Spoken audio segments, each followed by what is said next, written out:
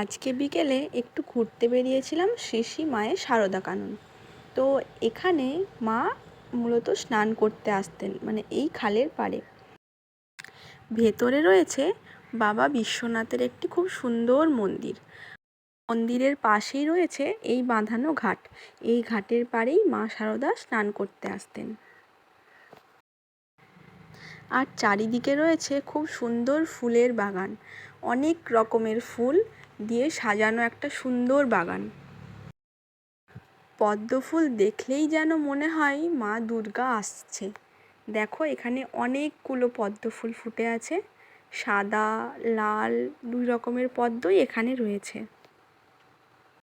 সুন্দরভাবে সাজিয়ে রাখলে এই সাধারণ নয়নতারাও যেন কত অপূর্ব লাগে দেখতে। আর ওই যে ভেতরে অনেক রকমের গোলাপ বাগান রয়েছে।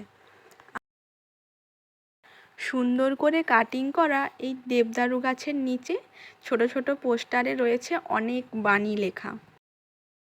গোমুখ হিমালয় পর্বতের এই সুন্দর দৃশ্যটা যেন এই বাগানটা আরও সুন্দর করে তুলেছে।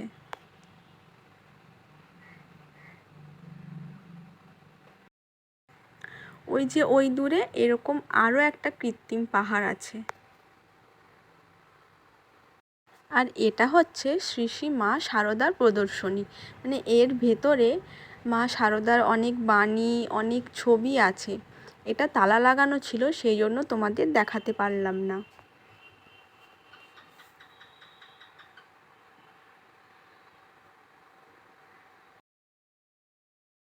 বর্ষাকালের বিকেল মানেই বৃষ্টি, আর মেঘও ধরেছিল প্রচুর, সেই জন্য আমরা বাড়ি চলে আসলাম।